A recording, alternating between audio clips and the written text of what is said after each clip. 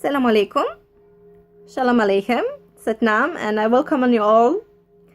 Today I will speak something about how to raise our children, and the first step of the raising the children happens through interaction and all kind of the games. So the very important thing which I will say on this very beginning is, please do not have any idea that the child is totally empty head when it comes to this world. Because if you have heard one of the videos which we made before, is that the reality which we enter here is not our first reality. And we have already the hugest knowledge, which we older people used to forget because we are too long already in this world and too busy. The children have really the hugest knowledge, and only on this small path where we have to go through, they have to learn how to move themselves, how to interact, and so on. So we have to help them on their way for learning. And also not to forget the knowledge which they have brought into this world. So the playing with the mother from the very start, being on the breast and hearing mother's voice and so on, will help the child really to feel secure, to feel happy, and so on. And as the child grows up, the need for the games which help the child to develop gets bigger. So what do we do, and how do we play with our children? So for the child, learning is the game. So everything what helps child to learn is the most important game.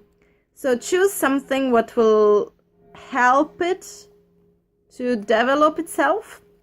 I will tell you something what I did with my children, and really I will not say surprised, but I was really thankful that I was able to see what the children are able to do if the parents are there to support them and give them a chance and just give them something for offer. And they can then decide, do I want it or do I want it not? So when my daughter was small, about a year and a half, I started to paint with her with different colors. And I took, for example, red, and then I wrote R for, and I told her R with red and P with pink. And then really before she was 3 years old, she was completely able to recognize all the letters, big and small. She's not still ready to read this word as a one whole, but she can read all letters in one word without a mistake. So for someone who is 3 years old, it's really huge success, and I'm really, really, really happy about it. So the next thing is, on her 3rd birthday, she got a puzzle from our family friend, and she had a really huge joy on the puzzling. So she got it really quickly how it works, and soon it was boring because it had only about 15 pieces. So we bought her a bigger one, and I helped her to make it and to study how it works. And now she's working one puzzle which is actually for children from 8 years with the 200 pieces. And really she's doing it amazing because she chooses pieces on her own and she tries to put them together. She recognizes the animals and she sorts the pieces first and then tries to put them together. So it's actually really amazing development of intelligence. And you know, just when you buy things for play, don't always look what do they say on the packages. It's for recommended ages 7 or 8. If there are no really small pieces or a danger for your child, don't look on those kind. Just look what your child already can, and if it's ready to be supported with something what's bigger, then just give it to the child and try to help it to work it out. So at this point, I really have to say also one example which left me also speechless is there are some visiting to the doctors which you have to go through with your child after 1 year.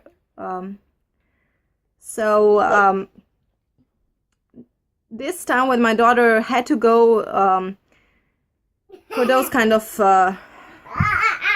visitings to the doctor, they told me that this visit is split into two visitations, and I was a bit against it, because why should I bring my healthy child 2 times to a place where the sick children are coming, just that someone tells me that my child can kick the ball or I do not know what.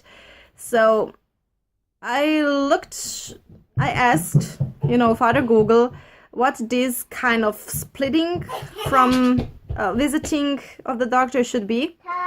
And really, they prepare children how to do some things which are actually normal for the children of those ages.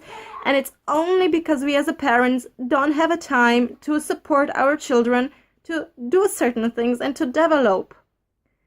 And another thing is, which really left me speechless, is that the mothers wrote the commentaries as, "Oh, I'm so happy about this visitation of the doctor because he will tell me what my child already can, and I'm so happy to hear about it." And I had a thought in my head, what? Don't you really know as the mother what your child can or not? So, the problem is really that many of the parents have to work. I'm really not speaking about it who has to work. I'm so thankful I have that possibility to stay home with my children and to do some things at home and to be here productive. Many of the mothers don't have that possibility, but many of those who have possibility don't want to use it because the work is something they prefer over their children. So this whole society of the more and more teaches us really that we should be productive on our work, and that the home is just a place where you should relax and don't do anything. And reality is completely different, because the home is the place where the productivity starts. So at home we can relax, of course, but there are many kinds of how do we get relaxed and still be productive. And so just think about it deeply, because in our home we create human beings and also the society in whole. So everything you do there, it's much more important from something you do at your work. Another thing which happens in this modern ideas of more and more is that we are buying for our children more and more things to play with. And it happens really often. I have experience with it from other persons who asked me, is it also with you the case? That I just say one example, that you buy your child a car and you come home, and after 10 minutes the car is thrown in some part of the apartment, and the child comes to you and says, "Mom, I would really like to have that other car. It was much, much better." And you just say, what?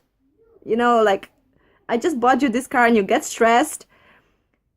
And for the child, if you do not spend enough time with it, going out and buying that toy, it's the most important part of the game. So if you just buy that thing and give it to the child, say go somewhere else so I can have my relaxation and play with it, it will happen exactly what I said. That the child will ask you to go again and to get some other things and to play with. So you have to really spend the time with your child and help it, because it's not going about buying things. The most important thing about it is about sharing the experiences, and that's the main part of the learning, just to share, and in everything is the main part, sharing of the experience. So please don't forget to share experiences. Try to play and to be a child. You know, the Jesus said really something most beautiful, which I can remember now, is that no one of you will enter paradise till you learn to be a child. So if you have a children, you have got a beautiful opportunity to throw all these stupid ideas of, which prevent us to being free, which we learned from our parents, from other persons, from our society. Just look the children. Look how do they enjoy life, and that's a much different joy that we know going to the bar, drinking with our friends, dancing in the discos. That's not a joy. That's something what kills us. And learn from the children to have a joy in a life, thankful joy in a life, to be free, and develop together through the playing on the best way which you can, and really the results will be amazing. You will get much more relaxed and free, and the children will be supported on the best way. So I prayed of the Lord to help us all on this way of learning and playing, doing things together and sharing experiences, and just having some joy. So let us all play. Have a really good, beautiful and blessed play, and till the next time, stay well. Salam alaikum, shalom alaikum, and Satnam.